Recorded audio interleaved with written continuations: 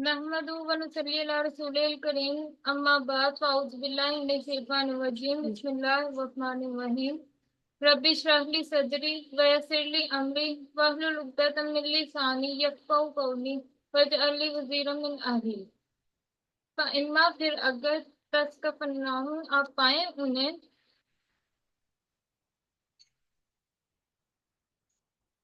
ضرور تم پاؤ انہیں فی الحرب کی جنگ میں فشرد تو آپ بھگا دیں بہم ان کے ذریعے من جو خلفہم ان کے پیچھے ہیں لعلہم تاکہ وہ یذکرون وہ سب نصیحت حاصل کریں۔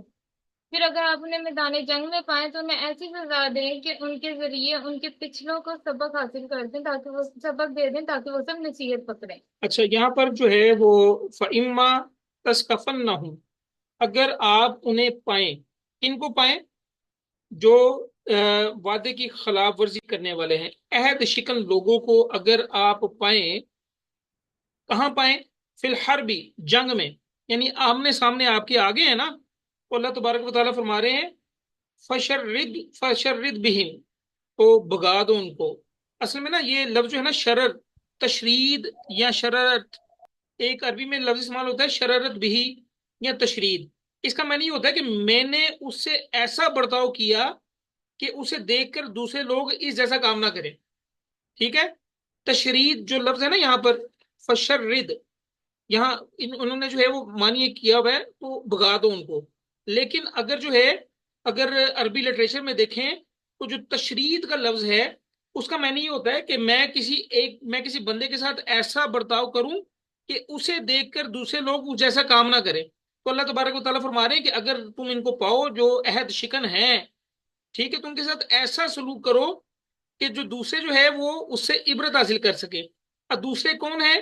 یعنی فشرد بہم، ان کے ذریعے عبرت پکڑ سکے۔ کون ہے؟ من خلفہم، جو ان کے پیچھے ہیں۔ اب ان کے پیچھے کون ہو سکتے ہیں؟ جو عہد شکن ہے ان کے پیچھے کون لوگ ہو سکتے ہیں جی؟ جی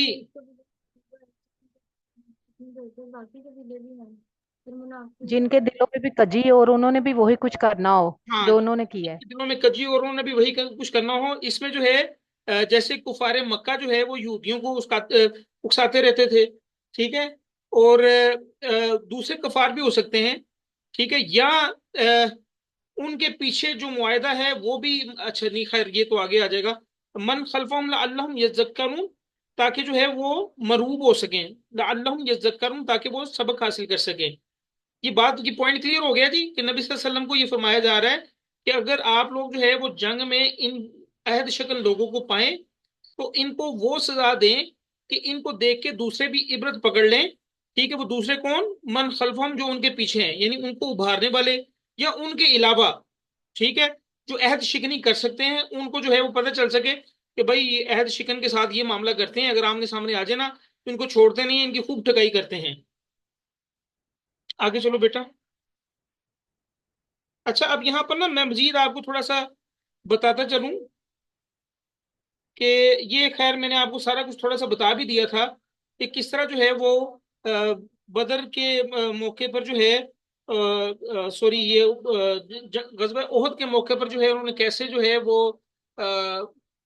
نبی علیہ الصلوۃ والسلام اور صحابی جو ہے وہ باہر خندق کھود رہے تھے، اور انہوں نے پیچھے جو مسلمانوں کا قلعہ تھا، جہاں مسلمان ایسی عمارت جہاں مسلمان عورتیں اور بچے انہوں نے جو ہے وہ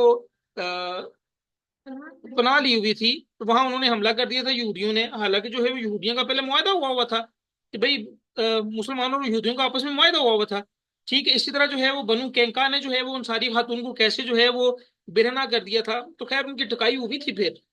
پھر آگے اللہ تبارک و تعالیٰ کیا فرما رہے؟ فَإِمَّا، اور اگر تخافن آپ ڈریں، واقعتاً ڈریں، من قوم کسی قوم سے، خیانتاً خیانت پر، فَانبِذْ پر آپ پھینک دیں، الیہم ان کی طرف، علی سواء برابر پر، ان اللہ بے شک اللہ تعالیٰ لا نہیں یحب وہ پسند کرتا الخائنین سب خیانت کرنے والوں کو۔ اور اگر آپ واقعتاً کسی قوم سے خیانت پر ڈریں تو آپ ان کی طرف مساوی طور پر عہد کو پھینک دیں، بے شک اللہ تعالیٰ خیانت کرنے والوں کو پسند نہیں کرتا۔ اچھا دیکھیں جی، ہم یہ سمجھتے ہیں کہ اسلام ہمارا یہی ہے کہ 5 وقت کی نماز پڑھ لو ٹھیک ہے، وہ چاہے مسجد میں پڑھ لو، گھر میں پڑھ لو، ٹھیک ہے، لوگوں کو جو ہے وہ دین کی تبلیغ کر لو۔ اب اس آیت میں یہ دیکھیں، یہ ایک خارجہ پالیسی بیان کی جا رہی ہے، ٹھیک ہے، جیسے منسٹری ہوتی ہے کون سی، خارجہ پالیسی کی منسٹری کو انگلش میں کیا کہتے ہیں؟ فورن منسٹری یا فورن افیئر کی جو منسٹری ہوتی ہے، تو اس کے کچھ جو ہے نا کچھ رولز اینڈ ریگولیشن ہوتے ہیں، جو ڈیموکریسی جہاں پر ہونا وہ خود ترتیب دیتے ہیں، لیکن یہاں اللہ تبارک و تعالیٰ نے ایک پالیسی ترتیب کر کے دے دی، یعنی خارجہ پالیسی، کہ اس آیت میں مسلمانوں کو یہ حکم دیا جا رہا ہے کہ کوئی بھی قوم جس سے تمہارا امن ہو چکا ہو، خواہ وہ تمہاری ریاست کے اندر ہو باہر ہو، اس قوم سے تمہیں عہد شکنی یا دغا بازی کا خطرہ پیدا ہو جائے تو تم اس کے خلاف کوئی خفیہ کارروائی یا سازش نہیں کر سکتے۔ یعنی اگر آپ کو پتا ہے کہ ایک ایسی قوم سے آپ کا جو ہے وہ معاہدہ ہو چکا ہے، ٹھیک ہے، اور وہ قوم جو ہے وہ خیانت کا ڈر ہے اس قوم سے، تو ان کے خلاف آپ کوئی خفیہ تدبیر نہیں کر سکتے، تو ایسی صورت میں اللہ تعالیٰ نے فرمایا کہ علل اعلان جو ہے وہ ان کے اوپر پھینک دو، فم بز الیہم علی سوا، مساوی طور پر ان کی طرف پھینک دو۔ کیا پھینک دو؟ جو آپ نے معاہدہ کیا ہے کہ بھئی اے لو پھڑو اے ٹوڑا معاہدہ، جیسے آپ لوگ جو ہے وہ خیانت کر رہے ہیں، ٹھیک ہے، تو ہم جو ہے وہ یہ معاہدہ ہمیں بھی قبول نہیں ہے برابری کی سطح پر۔ دیکھیں یہاں پر جو ہے وہ برابری کی سطح پر کہا گیا ہے۔ ایک تو یہ بات نا علی سوا کا مطلب جو ہے وہ مساوی طور پر، اس سے مراد یہ ہے کہ صرف فرضی خوف نہ ہو، ہوتا ہے نا کہ ہمارا دشمن پتہ نہیں اب کیا کر رہا ہے، ہو سکتا ہے کہ ہمارا دشمن جو ہے وہ بارڈر پر اس نے جو ہے وہ جاسوس اپنے بھیج دیے ہوں، ایسی بات نہیں ہے۔ اللہ سوا کا مطلب ہے برابری کی سطح پر، یعنی فرضی خوف نہ ہو بلکہ فریق ثانی نے لازمی عہد شکنی کی ہو، کہ لازمی عہد شکنی کی ہوگی تو پھر آپ برابری کی سطح پر جو ہے وہ معاہدہ پھینکیں گے، ٹھیک ہے۔ اب اس میں جو ہے نا ایک روایت بھی سن لیں، اس کی ایک مثال یہ ہے کہ سیدنا امیر معاویہ اور روم کے درمیان جو ہے وہ ایک میعادی معاہدہ تھا۔ دشمن کی حرکات و سکنات دیکھ کر سیدنا امیر معاویہ نے بھی روم کی سرحد پر فوجیں جمع کرنا شروع کر دی، اور اس انتظار میں رہے کہ معاہدے کی مدت ختم ہوتے ہی روم پر حملہ کر دیا جائے۔ یعنی ایک میعادی معاہدہ ہوا تھا، ایک ٹرم ایگریمنٹ ہوا تھا، ایک خاص مدت تک وہ ایگریمنٹ تھا کہ روم اور مسلمانوں کے درمیان جنگ نہیں ہوگی، لیکن جو ہے وہ سیدنا امیر معاویہ نے نا روم کی سرحد پر اپنی اپنی فوج اکٹھی کرنا شروع کر دی تھی۔ کیوں کہ جیسے یہ مہینہ ختم ہو، یہ مہینہ ختم ہو جائے گا، معاہدہ ختم ہو جائے گا، تو ہم جو ہے وہ روم پر حملہ کر دیں گے۔ اچھا، اس صورت میں اس صورتحال کو دیکھ کے نا سیدنا امبسا، یہ ایک بزرگ صحابی تھے، یہ گھوڑے پر چلتے آئے، سوار آئے، اور کہا کہ خبردار کیا کہ آپ کتاب و سنت کے حکام کے مطابق ایسا نہیں کر سکتے، الا یہ کہ آپ پہلے دشمن کو اپنے ارادے سے مطلع کریں، بتائیں۔ چنانچہ سیدنا معاویہ نے جب یہ سنا نا یہ حدیث کہ جو ہے وہ اسلام کتاب و سنت کے مطابق جو ہے وہ ہم یہ کام نہیں کر رہے، تو امیر معاویہ نے جو ہے اپنی فوجیں پیچھے ڈالی تھی۔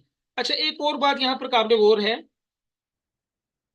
اگر معاہدے کی خلاف ورزی فریق ثانی کی طرف سے ہو تو پھر ایسے اعلان کی ضرورت نہیں ہے، یعنی آپ نے اعلان کرنا ہے باقاعدہ کہ بھئی ہمارا تمہارا معاہدہ جو ہے وہ ختم ہو گیا، لیکن اگر یعنی وہ اس نے خیانت کی ہے تو آپ نے بھی جو ہے نا فوری طور پر جو ہے وہ رد عمل دے دیا، اب اعلان کر دیا بھئی اب آپ کا ہمارا معاہدہ نہیں ہے، ہم آپ پر کسی وقت بھی حملہ کر سکتے ہیں۔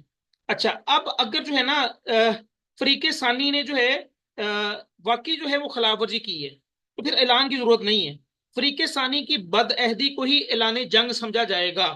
اس کی مثال یہ ہے، آپ کو پتا نا کہ بیعت رضوان ہوئی تھی، صلح حدیبیہ ہوا تھا، اس میں مسلمانوں اور کفار مکہ کے درمیان ایک ٹرم ایگریمنٹ ہوا تھا، ایک معاہدہ ہوا تھا ایک خاص مدت کے لیے۔ بنو بکر مشرکین مکہ کے ساتھی تھے، بن گئے تھے، بنو بکر جو قبیلہ تھا وہ مشرکین مکہ کے ساتھ تھا، اور بنو خزاعہ جو ہے وہ قبیلہ مسلمانوں کے ساتھ تھا۔ اچھا، قریش مکہ نے نا بنو بکر کی حمایت کرتے ہوئے اعلانیہ بنو خزاعہ جو مسلمانوں کے دوست ہیں نا اس قبیلے پر حملہ کر دیا اور ان کی خوب پٹائی کی۔ اچھا، بنو خزاعہ جب مارشل ان کو پڑ گئی تو بنو خزاعہ کے کچھ آدمی جو ہے وہ مدینے پہنچ کے نبی صلی اللہ علیہ وسلم سے فریاد کی، اور اب یہ قریش مکہ نے جو ہے وہ وعدہ توڑ دیا تھا۔ آپ کو پتا کہ اس کا پھر جو ہے وہ ایک معاہدہ ہوا مسلمانوں اور قریش، اب قریش مکہ کو بھی پتہ چل گیا تھا کہ معاہدہ ٹوٹ گیا ہے، انہوں نے ابو سفیان کو مدینے بھیج دیا کہ بھئی یہ تو معاہدہ ٹوٹ گیا کہ اب کے تجدید محبت کا نہیں امکان جانا، کہ اب جو ہے وہ تجدید محبت نہیں ہو سکتی۔ نبی صلی اللہ علیہ وسلم نے جو ہے وہ انکار کر دیا، ان کی درخواست کو قبول نہیں کیا اور آپ کو پتا ہے کہ یہی بد عہدی جو ہے وہ اس کا فائدہ کیا ہوا مسلمانوں کو کہ نبی صلی اللہ علیہ وسلم نے جو ہے وہ مکہ پر چڑھائی کر دی اور فتح مکہ جو ہے وہ سامنے ہمارے یہ ایونٹ ٹیک پلیس ہوا. تو اللہ تبارک و تعالیٰ فرما رہے ہیں کہ ان اللہ لا يحب الخائنین، اللہ تعالیٰ جو ہے خیانت کرنے والوں کو پسند نہیں کرتا. اگر انہوں نے خیانت کی ہے، ٹھیک ہے، تو برابری کے سطح پر جو ہے وہ اپنا بھی معاہدہ جو ہے وہ امن کا ان کے منہ پر دے مارو، ٹھیک ہے، تاکہ ان کو پتہ چل جائے کہ ہمارا اور ان کا کوئی معاہدہ اب نہیں ہے، کسی وقت بھی مسلمان ان پر حملہ کر سکتے ہیں، ٹھیک ہے. لیکن اگر واقعی انہوں نے کوئی ایسا جو ہے وہ فریق ثانی نے جو ہے وہ خلاف ورزی کر دی، جیسے کہ میں نے آپ کو مثال دی کہ بنو خزاعہ کی پٹائی کی بنو بکر اور قریش مکہ نے مل کر، تو یہ سراسر خلاف ورزی تھی. اب اس کے لیے اعلان کی ضرورت نہیں تھی، تو نبی صلی اللہ علیہ وسلم نے اعلان بھی نہیں کیا کہ بھئی آپ کو معاہدہ ہمارا ٹوٹ گیا. وہ الٹیمیٹلی وہ ٹوٹ چکا تھا معاہدہ. آگے چلو بیٹا، میں امید کرتا ہوں کہ یہ آیت آپ کو سمجھ میں آ گئی ہے. جی سمجھ میں آ گئی آیت؟ میری آواز جی آ رہی سر. ہے؟ چلو شکر ہے، آواز آ جی رہی سر. ہے. جی آگے چلو بیٹا. بلا اور نہ یا سبنا ہرگز گمان نہ کریں الذین، وہ لوگ جنہوں نے کافر و کفر کیا، صحابہ کو وہ سب سبقت لے گئے ہیں، بچ نکل گئے ہیں، انہم بے شک وہ لا نہیں یوجزون، وہ سب عاجز کر سکتے. اور ہرگز بھی وہ لوگ جنہوں نے کفر کیا وہ یہ گمان نہ کریں کہ وہ سب بچ کر نکل گئے ہیں، بے شک وہ عاجز نہیں کر سکتے. اچھا دیکھیں، اس آیت کے مخاطب جو ہے نا وہ مدینے کے یہودی ہیں، منافقین ہیں، جو ہر وقت مسلمانوں کو نیچا دکھانے کی تدبیر سوچتے رہتے تھے اور ایک دوسرے کے ہم راز بنے ہوئے تھے. تو اللہ تبارک و تعالیٰ نے فرمایا ان کو کہ ہرگز وہ گمان نہ کریں جنہوں نے کفر کیا ہے کہ وہ سبقت لے جائیں گے، بچ نکلیں گے، وہ بازی لے جائیں گے. اللہ تبارک و تعالیٰ فرما رہے انہم لا یوجزون، کہ بے شک جو ہے وہ عاجز نہیں کر سکتے، وہ مسلمانوں کو عاجز نہیں کر سکتے.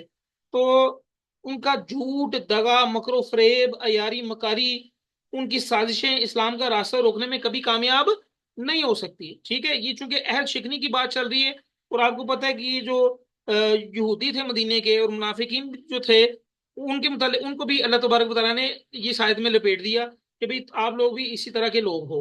اور پھر یہ ساری چیزیں بتانے کے بعد اللہ تبارک و تعالیٰ نے ایک جو انٹرنل افیئر ہے، پہلے ایکسٹرنل افیئر کی بات کی، ٹھیک ہے، اب انٹیریئر منسٹری کی بات کر رہے ہیں. کیا ہم یہ سمجھتے ہیں کہ قرآن بس جو ہے نا، بس یہی ہے کہ جو ہے وہ تسبیح فاتحہ پڑھ لو تے اللہ اللہ کر دے جاؤ، سارا کچھ جو ہے وہ اللہ تبارک و تعالیٰ نے ہمیں بتا دیا ہے. اور ہم کیا کرتے ہیں، ہم نے ایٹم بم بنا لیا ہے اور اس کو جو ہے وہ اس کی حفاظت کے لیے ہم بیٹھ گئے ہیں. بھئی ایٹم بم بن گئے، ہم سڑک کو کھو کے نہ کوئی لائیے ہوئے. بھئی اگر بن گیا تو اس کو چلا کے دیکھو تو صحیح اس کی طاقت کتنی ہے. تو اللہ تبارک و تعالیٰ یہاں اس آیت میں فرما رہے ہیں، یہ 60 نمبر آیت ہے، 60 نمبر. اور تم سب پیار کرو لہم ان کے لیے مستطعتم، جو تم استطاعت رکھتے ہو، طاقت رکھتے ہو، من قوت سے، ومن اور سے رباطی باندھنے کی، بندھے ہوئے، الخیلی گھوڑے، ترہبونا تم سب ڈراتے ہو، بھی ساتھ اس کے، عدو اللہ اللہ کے دشمنوں کو، وہ عدوکم اور اپنے دشمن کو.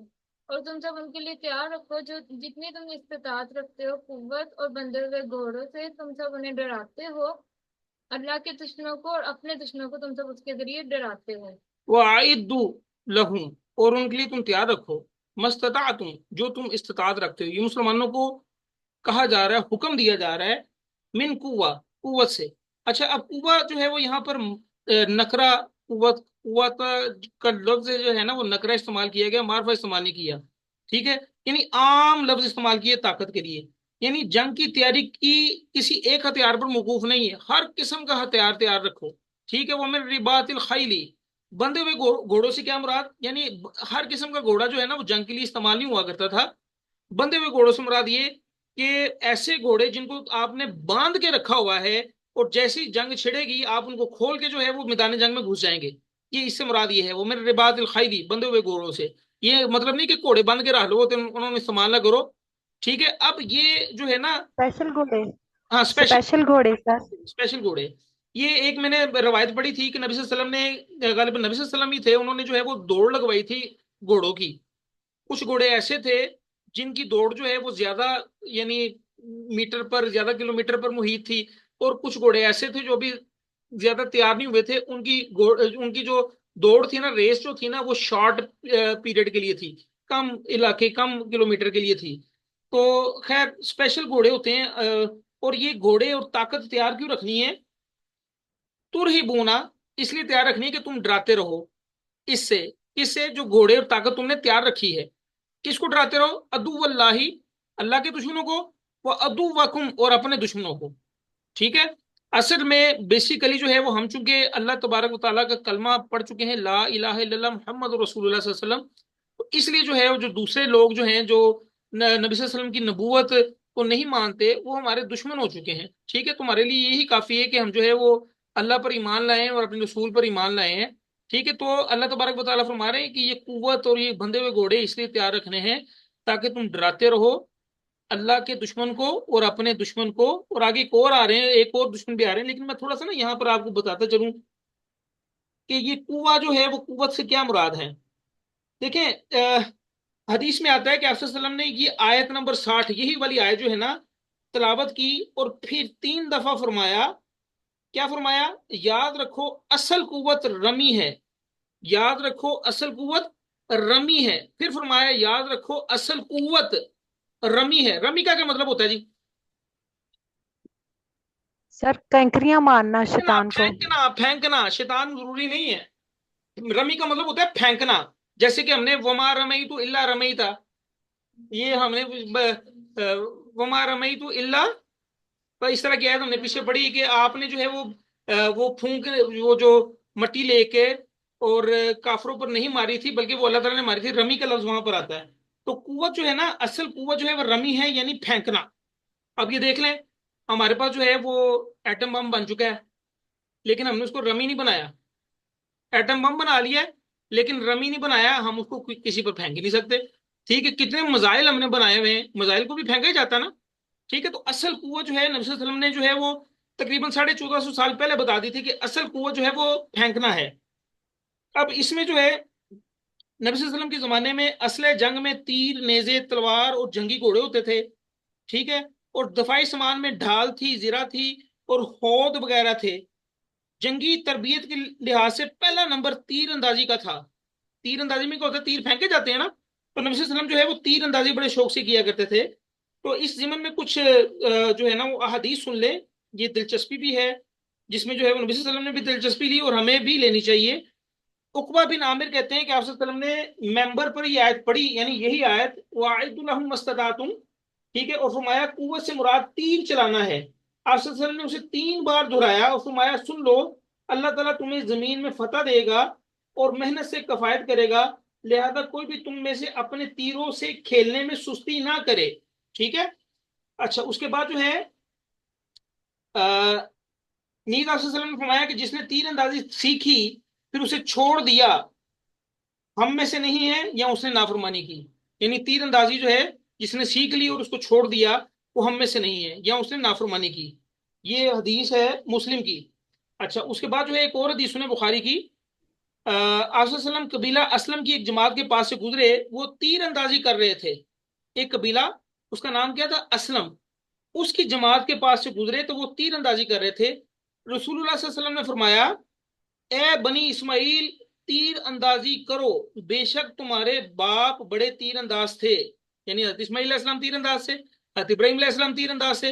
اور آپ کو یہ بھی پتا ہونا چاہیے کہ جب نبی صلی اللہ علیہ وسلم نے جو ہے وہ فتح مکہ کے موقع پر جو بت گرائے، تو حضرت ابراہیم علیہ السلام کا بت بھی بنا ہوا تھا، حضرت اسماعیل علیہ السلام کی بت بھی بنا ہوا تھا، اور ان کے ہاتھوں میں جو ہے وہ تیر تھے۔ تو نبی صلی اللہ علیہ وسلم نے فرمایا کہ اے بنی اسماعیل، تیر اندازی کرو، بے شک تمہارے باپ بڑے تیر انداز سے، اور میں بنی فلاں کے ساتھ ہوں۔ یعنی دو گروہ، دو جماعتیں آپس میں جو ہے وہ تیر اندازی کر رہی تھی، تو نبی صلی اللہ علیہ وسلم نے ایک جماعت کی طرف اشارہ کر کے کہا کہ میں ان کے ساتھ ہوں۔ اچھا، اب دوسرے فریق نے اپنے ہاتھ روک لیے۔ دیکھیں کمال نہیں ہے؟ ایسی اطاعت، اللہ تعالیٰ ہمیں بھی ایسی اطاعت جو ہے وہ نصیب فرمائے، ہمارے ایمان کا حصہ بنائے۔ دیکھیں اب یہ ویسی نبی صلی اللہ علیہ وسلم نے بات کر دی کہ میں فلاں قبیلے کے ساتھ ہوں، تیر چلاؤ۔ یعنی دو قبیلے آپس میں، دو فریق آپس میں لگے ہوئے تھے، تو ایک فریق کا اشارہ کر دیا نبی صلی اللہ علیہ وسلم نے کہ میں اس کے ساتھ ہوں، دوسرے فریق نے ہاتھ روک لیے۔ آپ صلی اللہ علیہ وسلم نے فرمایا تم تیر اندازی کیوں نہیں کرتے؟ انہوں نے کہا کہ ہم کیسے تیر پھینکیں جبکہ آپ صلی اللہ علیہ وسلم ان کے ساتھ ہیں. دیکھیں کمال محبت نہیں ہے نبی صلی اللہ علیہ وسلم کے ساتھ. تو آپ صلی اللہ علیہ وسلم نے فرمایا تیر اندازی کرو میں سب کے ساتھ ہوں. یہ بخاری کی روایت ہے. اچھا ایک اور بخاری کی روایت سن لیں. عبداللہ بن عمر فرماتے ہیں کہ جو گھوڑے ریس کے لیے تیار کیے گئے تھے آپ نے ان کی دوڑ خفیہ سے ثنیہ الوداع تک، اور جو تیار نہیں کیے گئے تھے ان کی دوڑ مسجد نبی زریق تک مقرر فرمائی. یعنی جو گھوڑے بھی تیار نہیں تھے ان کی ریس کم لگوائی، جو تیار تھے ان کی ریس زیادہ لگوائی. ٹھیک ہے. اور حضرت عبداللہ بن عمر کہتے ہیں کہ میں بھی ان لوگوں میں سے تھا جنہوں نے گھوڑے دوڑائے تھے. بخاری کی روایت. ایک اور بخاری کی روایت سن لیں. سیدہ عائشہ رضی اللہ تعالیٰ عنہا فرماتی ہیں کہ ایک دن میں نے آپ صلی اللہ علیہ وسلم کو اپنے حجرے کے دروازے پر دیکھا اور حبشی مسجد میں اپنے تیروں سے کھیل رہے تھے اور آپ صلی اللہ علیہ وسلم اپنی چادر سے مجھے ڈھانپے ہوئے تھے، میں بھی ان کا کھیل دیکھ رہی تھی. جی بخاری کی روایت ہے. ٹھیک ہے. اگرچہ کہ آج کل جو ہے وہ تیر و تلوار کا زمانہ نہیں ہے، لیکن کلیشن کوفر میزائل اور بمبوں کا زمانہ تو ہے نا. تو لہذا آج مسلمانوں کو ان جدید اللہ سے پوری طرح آگاہ اور اس کے استعمال کرنے کی تربیت ہونی چاہیے. ٹھیک ہے. کسی زمانے میں نا جب ہم ایف ایس سی یا انٹر میں تھے تو این سی سی ہوا کرتی تھی، نیشنل کیڈٹ کور. ٹھیک ہے. اور گرل گائیڈ ہوا کرتی تھی لڑکیوں کے لیے. اس میں جو ہے نا ہمیں اچھی طرح یاد ہے ہمیں شہر سے باہر لے گئے تھے اور وہاں ہمیں جو ہے وہ بڑی بڑی رائفلیں پکڑا کے نا وہ رائفل چلانا بھی سکھائی تھی انہوں نے. اب تو یہ سارا کچھ انہوں نے ختم کر دیا. پتہ نہیں کس ایجنڈے کی طرف جو ہے وہ ہمیں طالب علموں کو لے کے جا رہے ہیں. اللہ معاف کرے. تو اللہ تعالیٰ فرما رہے ہیں کہ جو تمہاری طاقت ہے قوت میں سے تیار رکھو اور بندے ہوئے گھوڑوں میں سے تیار رکھو. کیوں تیار رکھو؟ تاکہ تم ڈراتے رہو اللہ کے دشمن کو اور جو تمہارے دشمن ہیں ان کو. اور کن کو؟ وآخرین اور دوسرے کچھ دوسروں کو من دونہم ان کے سوا لا نہیں تعلمون تم سب جانتے انہیں اللہ تعالیٰ یعلمون وہ جانتا ہے انہیں، اور کچھ دوسروں کو بھی جو ان کے علاوہ ہیں تم سب انہیں نہیں جانتے اللہ تعالیٰ انہیں جانتا ہے. یعنی ایک تو دشمن تھے نا جو اللہ کے، اور تمہارے دشمن سامنے تمہارے کھڑے ہیں تمہیں پتہ ہے. ان کے علاوہ بھی کچھ اور لوگ ہیں جن کو تم نہیں جانتے لیکن اللہ تعالیٰ ان کو جانتا ہے. ان کے ڈراوے کے لیے بھی جو ہے وہ قوت تیار رکھو. اچھا اس سے کیا مراد ہوگا؟ اس سے مراد جو ہے وہ آپ یہ لے سکتے ہیں کہ جو ہے یعنی وہ لوگ جو منافق تھے، جو ابھی برسر عام نہیں آئے تھے، اپنے نفاق کو انہوں نے جو ہے چھپایا ہوا تھا. اس سے مراد وہ بھی ہو سکتے ہیں روم اور ایران کے لوگ جو بعد میں جو ہے وہ جب فتح مکہ کے بعد ان کے ساتھ جو ہے وہ جنگیں ہوگی نا. ایسی ہے سر ایران کے خلاف. اور ہاں وہ بعد میں، یعنی اللہ یعلم اللہ تعالیٰ ان کو جانتا ہے. ابھی وہ سامنے نہیں آئے، ابھی وہ دیکھ رہے ہیں کہ یہ رسول آیا ہے، پہلے مکہ تھا مدینے چلا گیا، اب دیکھیں وہ کیا کرتا ہے. پھر جو ہے وہ سامنے آئے اور فتح مکہ کے بعد وہ سامنے آئے. پھر نبی صلی اللہ علیہ وسلم نے ان کے خلاف بھی جنگ لڑی. تو یہ اللہ تبارک و تعالیٰ فرما رہے ہیں کہ ان لوگوں کے ڈراوے کے لیے جو ہے وہ اپنی جو ہے وہ اپنی جو ہے وہ قوت کو اور رباط الخیل کو تیار رکھو. جی بیٹا. وما اور جو تنفقو تم سب خرچ کرو گے من شیئن کسی چیز سے فی سبیل اللہ اللہ کے راستے میں جو وفا پورا پورا دیا جائے گا الیکم تمہاری طرف وانتم اور تم لا نہیں تظلمون تم سب ظلم کیے جاؤ گے. اور جو کچھ بھی تم سب اللہ کی راہ میں خرچ کرو گے وہ تمہاری طرف پورا پورا لوٹایا جائے گا اور تم سب ظلم نہیں کیے جاؤ گے. اچھا اب یہاں پر سوال یہ پیدا ہوتا ہے کہ یہ خرچ ہم کیوں کریں؟ اللہ تبارک تعالیٰ فرما رہے ہیں کہ یہ جو تم تیار کرو گے نا قوت، یہ گھوڑے جو تیار کرو گے اس پر خرچ کرو گے نا، یہ فی سبیل اللہ ہے، اللہ کے راستے میں ہے. ظاہر سی بات ہے ہم ایمان لائے ہیں پھر اللہ تعالیٰ سے اچھی امید تو رکھیں گے. اور اللہ تبارک تعالیٰ فرما رہے ہیں کہ ہر چیز میں لکھ رہا ہوں، ہر چیز جو ہے وہ تم جو کر رہے ہو نا یوفا الیکم تمہاری طرف جو ہے اس کو پورا پورا لوٹایا جائے گا. ایون کہ حدیث میں یہاں تک پڑھا ہے کہ جو گھوڑا تیار کرے، دیکھیں گھوڑے کی تو مثال ہمارے سامنے اسی وقت ہوگی نا جو مدینے میں مسلمان تھے یا مکے میں مسلمان تھے، اس وقت تو گھوڑے ہی تھے نا. تو نبی صلی اللہ علیہ وسلم کی حدیث ہے اس کے مطابق جو ہے وہ اللہ تبارک و تعالیٰ قیامت والے دن گھوڑے کا پیشاب اس کی لید بھی جو ہے وہ مومن کے کھاتے میں ڈالیں گے وزن بڑھانے کے لیے اس کی نیکیوں کا. یوفا الیکم پورا پورا لٹا دیا جائے گا تمہاری طرف وانتم لا تظلمون اور تم بالکل جو ہے وہ تم پر ظلم نہیں ہوگا. یعنی تم جو خرچ کرو گے نا، وہ سورہ بقرہ کی آیت ہم نے پڑھی ہے نا جو فی سبیل اللہ خرچ کیا جاتا ہے. میاتی خبا تم بولا تھی وہ آیت ہے نا کہ ایک بالی ہے اس میں جو ہے وہ 7 شاخیں ہیں اور ہر شاخ پر 100 دانے ہیں، یعنی 700 گنا تک اللہ تعالیٰ بڑھا دیتے ہیں اجر کو. یہ تو بندے پر ڈیپینڈ کرتا ہے نا کہ بندہ کتنی خالص نیت سے جو ہے اس کو خرچ کرتا ہے. 700 گنا یہ ایک مثال دی ہے, اس سے بھی اللہ تعالیٰ بڑھا دیتے ہیں آگے. جی ہاں اگر اگلی آیت پڑھو. وَإِنْ اور اگر جانا ہو وہ سب جھک جائیں لِلسَّلْمِ سلامتی کے لیے صلح کے لیے فجنا پر آپ بھی جھک جائیں لہا اس کے لیے وتوکل اور توکل کیجئے بھروسہ کیجئے اللہ اللہ تعالیٰ پر انہو بے شک وہ هو السمیع وہ خوب سننے والا علیم خوب جاننے والا ہے. اور اگر وہ سب صلح کے لیے جھکیں تو آپ بھی اس کے لیے جھک جائیے اور اللہ پر بھروسہ کیجئے بے شک وہ خوب سننے والا خوب جاننے والا ہے. دیکھیں اب پچھلی آیت میں طاقت کا ذکر کیا کہ طاقت کو تیار رکھو اور رباط الخیلی کو تیار رکھو, بندھے ہوئے گھوڑوں کو تیار رکھو تاکہ تم ڈراؤ اپنے دشمنوں کو, اللہ کے دشمنوں کو, ٹھیک ہے, اور ان کے علاوہ دوسرے لوگوں کو بھی ڈراؤ. اب ظاہر سی بات ہے جب بندہ مسلسل جنگی تیاری کر کے رکھے گا اور جہاد جاری رکھے گا تو اس کا لازمی نتیجہ کیا ہوگا؟ اس کا لازمی نتیجہ یہ ہوگا کہ جو آپ کے دشمن ہیں جناح للسلمی وہ صلح کے لیے جھکیں گے. ٹھیک ہے, تو اللہ تبارک و تعالیٰ فرما رہے ہیں کہ جب وہ صلح کے لیے جھکیں فجنح تو آپ بھی جھک جائیں لہا اس کے لیے. ٹھیک ہے. اچھا اب اس میں تھوڑا سا یہ آتا ہے کہ بعض کا جو ہے نا کچھ قوم جھکتی ہے اس لیے ٹائم پاس کرنے کے لیے کہ بھائی ٹائم تو کٹیے تھوڑا جا بعد چو دیکھا جائے کہ مسلمانوں سے بعد ویکھ لواں گے. اللہ تبارک و تعالیٰ فرما رہے ہیں کہ پھر بھی ان کے ساتھ صلح کر لو وتوکل علی اللہ, اللہ پر بھروسہ کرو. ٹھیک ہے, انہ هو السمیع العلیم وہ خوب سننے والا خوب جاننے والا ہے کہ کیا سازشیں کر رہے ہیں, دل میں کیا پکا رہے ہیں, ان کو پکاتے رہنے دو. ٹھیک ہے, ظاہراً وہ صلح کرنا چاہ رہے ہیں. اس آیت سے پتہ چلتا ہے کہ اسلام جو ہے وہ کتنا پرامن دین ہے کہ اللہ تبارک و تعالیٰ فرما رہے ہیں کہ اگر ان کے دل میں کڑ ہے وہ سازشیں بھی کر رہے ہیں لیکن بظاہر جو ہے وہ صلح کے لیے جھک رہے ہیں, تو اللہ تعالیٰ فرما رہے ہیں کہ آپ لوگ صلح کے لیے جھک جائیں اور اللہ پر بھروسہ کریں کہ اللہ تعالیٰ خوب جاننے والے ہیں, خوب جو ہے وہ علم رکھنے والے ہیں. یعنی ممکن ہے یہ لوگ اپنی کسی ذاتی مصلحت کے لیے یا کسی مناسب موقع کے انتظار کے لیے ایسا کر رہے ہوں, جب انہیں موقع میسر آئے گا تو مسلمانوں سے فریب اور غداری کریں گے. ٹھیک ہے, تو اللہ تعالیٰ فرمایا کہ دلیر ہو جاؤ اور اللہ پر بھروسہ کرتے ہوئے اس کی پیشکش کو قبول کر لو. رہا ان کی نیت کا فطور تو وہ اللہ جو ہے وہ اللہ کو سب کچھ معلوم ہے کہ وہ کیا سوچ رہے ہیں کیا کر رہے ہیں. یہاں پر جو ہے وہ ہم آج کا سیشن جو ہے وہ اینڈ کرتے ہیں. تو کوشچن ہے تو آپ کر لیں, اور میری آپ سے ریکویسٹ ہے کہ اس کو ریوائز ضرور کیا کریں پلیز.